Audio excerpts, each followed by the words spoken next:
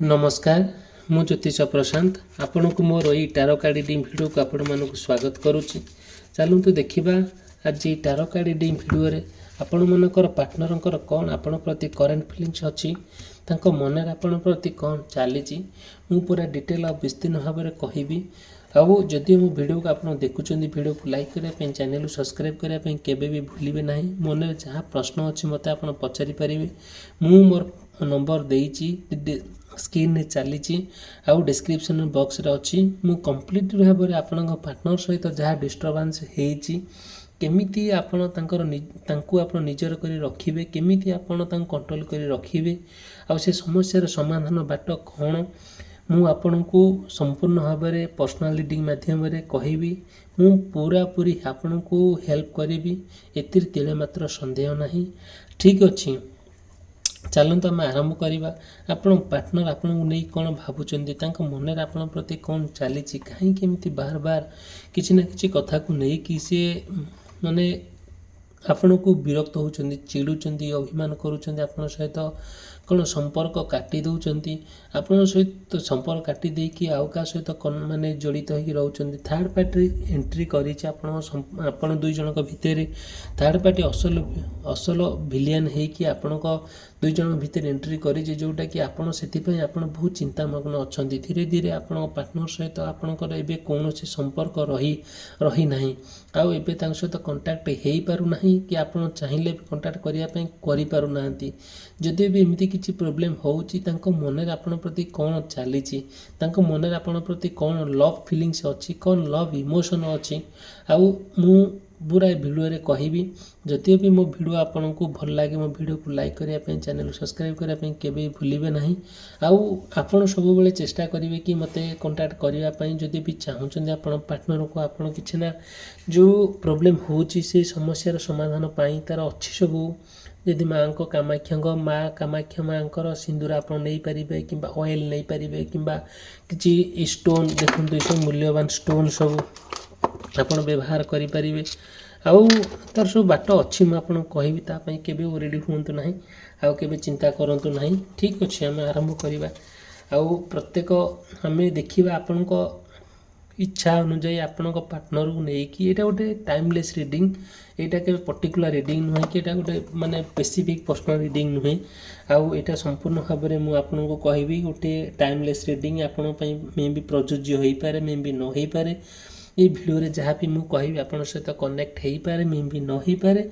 जदि भी आप चाहूँ आप पार्टनर विषय जानापी मत आप कंटाक्ट करेंगे मु डिटेल आपन को कहीदे पारि एथिरे केबे तिले मात्र संदेह नहीं। जदि आपणकर कि पार्टनर मेष राशि वृष राशि मिथुन राशि कर्कट राशि सिंह राशि कन्या राशि तुला राशि पिछा राशि धनु राशि मकर राशि कुंभ राशि और मीन राशि होता है बहुत गुड़े कथा आप सहित आधे कनेक्ट हो पारे मे भी न हो पारे तथापि देखा किसी ना कि कथा को लेकिन आपणकर जो माने डिस्टर्बांस होती आपण को लेकिन आपण पार्टनर को लेकिन जी आप खुशी होगा कथा नहांती आउ जी आप माने आनंद रहा कथा नहांती बहुत दुख कष्ट आउ जंत्रणा समयटा को अतिबाहित करुँच दिन गुड़ा को काटुंट ना आपन को किसी भल लगुच कि कम करने ना कौन किसी भी करने भल लगुना। देखु आम प्रत्येक कार्ड गोटे गोटे कि मुझे कार्ड रे जहाँ भी आसूची मुझे ही कहबी। देखो फास्ट कार्ड रे आसूची सेकेंड फास्ट तीनोटी कार्ड नेबी आउ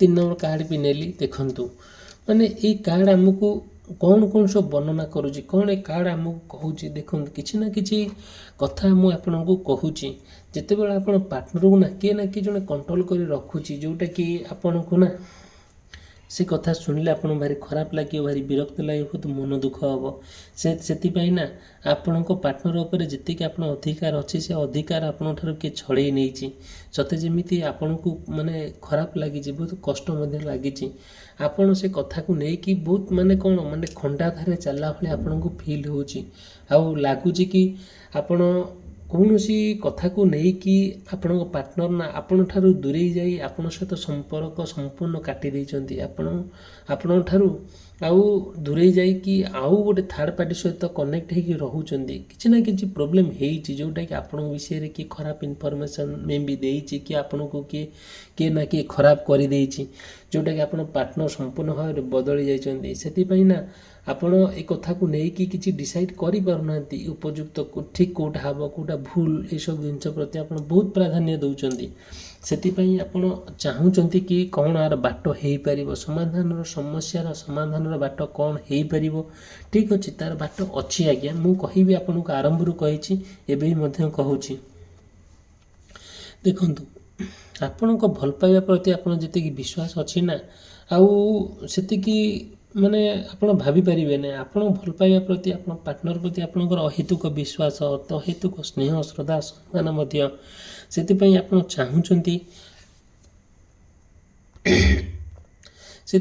ଚାହୁଁଛନ୍ତି ଗୋଟେ ନୂଆ ଫିଲିଙ୍ଗସ୍ ଆଣିବା ପାଇଁ। ଆକ୍ଚୁଆଲି ମୋ ଦେହଟା ଟିକେ ଅସୁସ୍ଥ ଅଛି, ସେଥିପାଇଁ ଆପଣ କିଛି ନା କିଛି କଥା ଆପଣଙ୍କୁ କ୍ଲିଅର୍ ନ ଶୁଭିଲେ ଆପଣ ଟିକେ ଆଡ଼ଜଷ୍ଟ କରିବେ। ଆଉ ସେଥିପାଇଁ ଆପଣଙ୍କୁ ସଫର ହେବାକୁ ପଡ଼ିବ।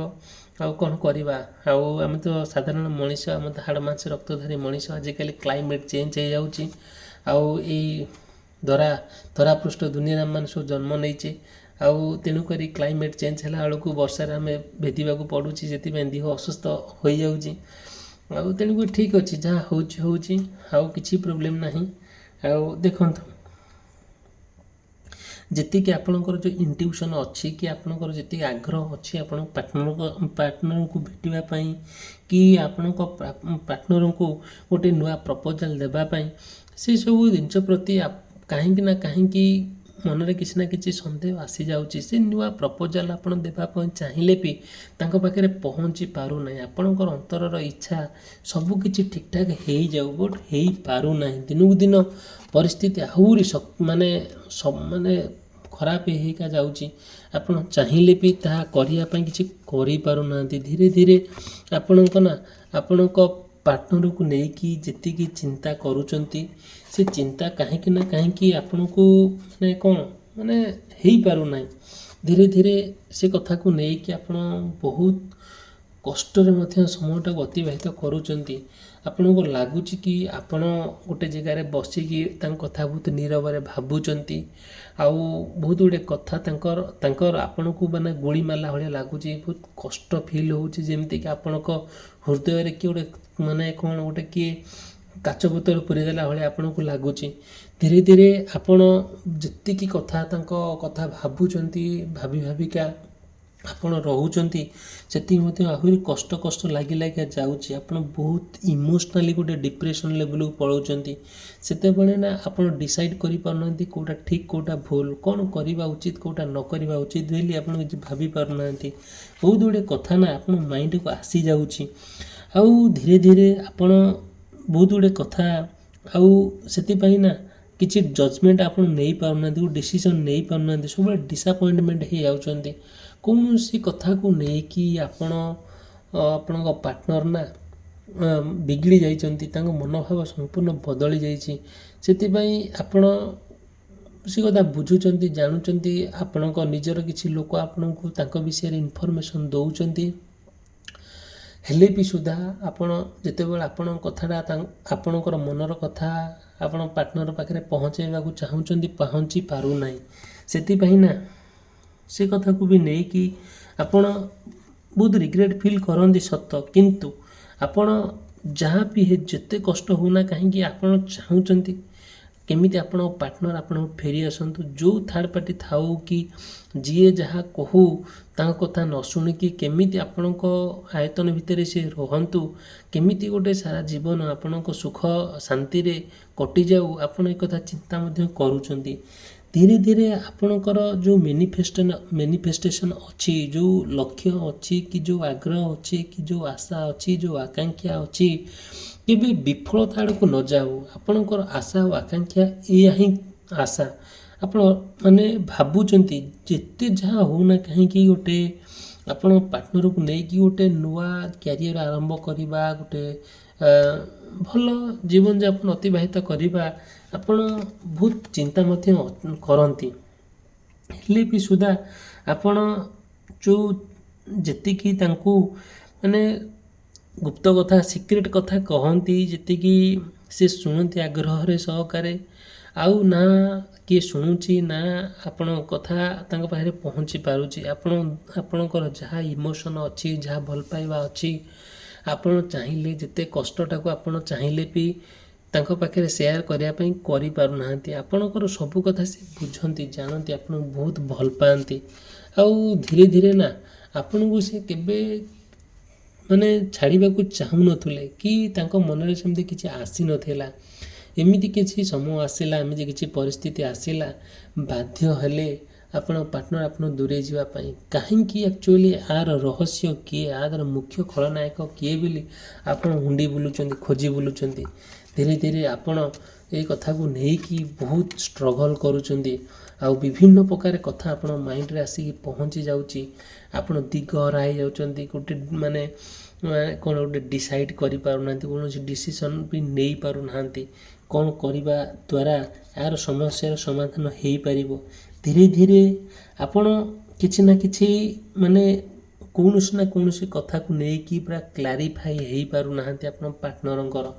ସେଥିପାଇଁ ଆପଣ ସବୁବେଳେ ନା ଚାହୁଁଛନ୍ତି ଗୋଟେ ଏମିତି କିଛି ପରିସ୍ଥିତି ଆସୁ, ଭଗବାନ ଆପଣଙ୍କର କରିଦିଅନ୍ତୁ, ଯେଉଁଟା କମ୍ପ୍ଲିଟଲି ଭାବରେ ଗୋଟେ ସୁନ୍ଦର ଜୀବନଯାପନ ଆପଣ ପାର୍ଟନର ସହିତ ଆପଣ ବିତାନ୍ତୁ। ଆଉ ଆପଣ ଯାହା ବି ପ୍ରପୋଜାଲ୍ ଆପଣ ମାଇଣ୍ଡରେ ଆସୁଛି ଆପଣ ତାଙ୍କୁ ସେୟାର କରନ୍ତୁ, ସେୟାର ଗ୍ରହଣ କରନ୍ତୁ ବୋଲି ଆପଣଙ୍କର ବହୁତ ଅନ୍ତରର ଇଚ୍ଛା। ଧୀରେ ଧୀରେ ମାନେ ଧୀରେ ଧୀରେ ଆପଣଙ୍କ ପାର୍ଟନର ନା ଆପଣଙ୍କର ଯେଉଁ ଅଛି ଗୋଟେ ଯେଉଁ ଡିପ୍ ଭଲ ପାଇବା, ଗୋଟେ ଡିପ୍ ଲଭ୍ ରିଲେସନସିପ୍ଟାକୁ କେବେ ବ୍ରେକଅପ୍ ନ ହେଉ କିମ୍ବା କିଛି କିଛି କଥାକୁ ନେଇକି କେନ୍ଦ୍ର କରିକି ସିଏ ଗୋଟେ ଜାଗାରେ ଆପଣ ଗୋଟେ ଜାଗାରେ ଏମିତି ରହିବାଟା ଉଚିତ ନୁହେଁ ବୋଲି ଆପଣ ମନେ ମନେ ଭାବନ୍ତି। ଆପଣ କଷ୍ଟଟା ଯେତେବେଳେ ଆପଣ ସେୟାର କରିବାକୁ ଚାହାନ୍ତି, ସେ ଶୁଣିବା ତାଙ୍କ ପାଖରେ ତାଙ୍କୁ କିଏ ଶୁଣେଇବା, ତାଙ୍କ ପାଖରେ ପହଞ୍ଚିବା ବହୁତ କଷ୍ଟ ହେଇଯାଏ। ଧୀରେ ଧୀରେ ଆପଣ ପାର୍ଟନର ନା ଏତେ ଦୂରରେ ଅଛନ୍ତି, ଆଉ ଏତେ ଆପଣଙ୍କ ଠାରୁ ଦୂରେଇ ଯାଇଛନ୍ତି, ସମ୍ପର୍କ ଭାଙ୍ଗି ଯାଇଛି, କେମିତି ଯୋଡ଼ି ହେବ ଆଉ ଭାବିବା ତ ବହୁତ କଷ୍ଟ ହେଇଯାଉଛି। ଧୀରେ ଧୀରେ ଆପଣ ଚାହୁଁଛନ୍ତି ଗୋଟେ ଟୁଗେଦର ହେବା ପାଇଁ, ଗୋଟେ ସମୟ ବିତେଇବା ପାଇଁ, ତିଳ ତିଳ କରି ପରସ୍ପରକୁ ଜାଣିବା ପାଇଁ, ଏନ୍ଜୟ କରିବା ପାଇଁ। ଆଉ ସେଥିପାଇଁ ନା ଆପଣ ବହୁତ ଗୁଡ଼ିଏ କଥାକୁ ଆପଣ ଧ୍ୟାନମଗ୍ନରେ ଚିନ୍ତା କରନ୍ତି। ଦେଖନ୍ତୁ, ଆଉ ଗୋଟିଏ କଥା ଗୋଟେ ଅଛି, ଯେଉଁଟାକି ମନରେ ଯେତେ ଭୟ ଆସୁନା କାହିଁକି, ଯେତେ ରାଗ ଆସୁନା କାହିଁକି, ଏସବୁ ସାତ ପଛ କରି ଆପଣ ପାର୍ଟନରଙ୍କୁ ପାଇବା ପାଇଁ ଏତେ କସରତ କରୁଛନ୍ତି, ଏତେ ନୂଆ ନୂଆ ବାଟ ତିଆରି କରୁଛନ୍ତି, ଆଉ ସତେ ଯେମିତି ଗୋଟିଏ ଏଇଟା ଭଗବାନଙ୍କର ଗୋଟେ ଆଶୀର୍ବାଦ ସଦୃଶ। ହେଲେ କ'ଣ ହେବ, ଆଉ ସେ କଥାକୁ ନେଇକି ଆପଣ କିଛି ନା କିଛି ପରିସ୍ଥିତିରେ ଆପଣ ଗତି କରୁଛନ୍ତି, ଗୋଟେ ଯେମିତିକି ବାନ୍ଧି ହେଇଯାଉଛନ୍ତି ଆପଣ କେଉଁଠି ନା କୌଣସି, ଆପଣ ଚତୁଃପାର୍ଶ୍ୱରେ ଖାଲି ଘେରି ବୁଲୁଛନ୍ତି ବିପଦ ବିପଦ ବିପଦ। ସେଥିପାଇଁ ନା ଆପଣ କିଛି ଡିସାଇଡ଼୍ କରିପାରୁନାହାନ୍ତି, ଆଗକୁ ଗଲେ ବି ବିପଦ, ପଛକୁ ଆସିଲେ ବି ବିପଦ। ତେଣୁକରି ଆପଣ ଏମିତି ବାଟରେ ଅଛନ୍ତି ଗୋଟେ ଯେଉଁଟାକି ଆପଣ ଚାହିଁଲେ ବି ସେଇ ଜିନିଷଟାକୁ ଆପଣ ସମାଧାନ କରିବା ପାଇଁ କରିପାରୁନାହାନ୍ତି। ସେଥିପାଇଁ ଆପଣ ବହୁତ ଷ୍ଟ୍ରଗଲ୍ ବି କରୁଛନ୍ତି, ବହୁତ କଷ୍ଟ ବି କରୁଛନ୍ତି। ସେ କଷ୍ଟର କ'ଣ କରାଯିବ, ସେ କଷ୍ଟର କିଛି ଲାଭପ୍ରଦ ହେଇପାରୁନାହିଁ। ଆଉ ତା'ର ବାଟ କ'ଣ ହେଇପାରିବ, ମୁଁ ଆପଣଙ୍କୁ ଆରମ୍ଭରୁ କହିଛି କେମିତି ମୁଁ କରିବି, ସେଇଟା ମୁଁ ତା'ର ବାଟ ଜାଣିଛି। ତା ପାଇଁ ଆପଣ କେବେ ବି ଓରିଡ଼ି ହୁଅନ୍ତୁ ନାହିଁ, ଆପଣ ଏତିକି ବିଶ୍ୱାସ ରଖିଥାନ୍ତୁ।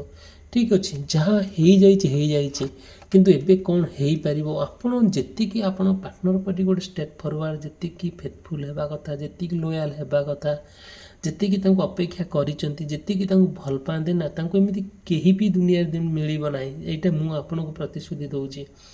ଏଇଆ ଆପଣଙ୍କୁ ମୁଁ କହୁଛି।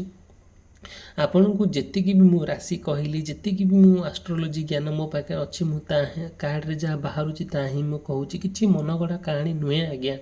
କେବେ ବି ଆପଣ ମନରେ କିଛି ଯଦି ପ୍ରଶ୍ନ ଅଛି ମୋତେ ଆପଣ ପଚାରି ପାରିବେ, ଏଥିରେ ଆପଣ ସନ୍ଦେହ କରନ୍ତୁ ନାହିଁ। এইটা ଗୋଟେ ଭଗବାନଙ୍କର ଏଇ ଟାରୋ କାର୍ଡ଼ ନା ବହୁତ ଆକୁରେଟ୍ ଜିନିଷ ଆଜ୍ଞା ମିଳେ, ବହୁତ ଆକୁରେଟ୍ ଜିନିଷ, ବହୁତ ଗୁଡ଼ିଏ କାମ ଅଛି। ଏମିତିକି ଆପଣ ପାର୍ଟନରଙ୍କୁ ଗୋଟେ ନିଜର କରି ରଖିବା, କଣ୍ଟ୍ରୋଲ୍ କରି ରଖିବା, ଆଉ ଥାର୍ଡ଼ ପାର୍ଟିକୁ ଆପଣଙ୍କ ଦୁଇ ଜଣ ଭିତରେ ନ ପୁରେଇ ଦେବା, ସିଏ ଆପଣଙ୍କ ଦ୍ୱାରା ପୁରା ବଶୀଭୂତ ହୋଇକି ରହିବା, ଆଉ ଆପଣଙ୍କ ଦ୍ୱାରା ପୁରା କଣ୍ଟ୍ରୋଲ୍ ହୋଇକି ଚାଲିବା, ତା'ର ବାଟ ଅଛି ଆଜ୍ଞା। ଆ ପାଇଁ କିଛି ବି ଚିନ୍ତା କରନ୍ତୁ ନାହିଁ, କେବଳ ଆପଣ ସେଠି କାମ କରିବା ପାଇଁ ପଡ଼ିବ। ଠିକ୍ ଅଛି, ଭିଡ଼ିଓଟି ବହୁତ ଯଦି ଭଲ ଲାଗୁଥାଏ ଭିଡ଼ିଓକୁ ଲାଇକ୍ କରିବା ପାଇଁ, ଚ୍ୟାନେଲ୍ ସବସ୍କ୍ରାଇବ୍ କରିବା କେବେ ବି ଭୁଲିବେ ନାହିଁ। ଭିଡ଼ିଓଟି ସମାପ୍ତ କରି ରହିଲି, ଧନ୍ୟବାଦ, ନମସ୍କାର।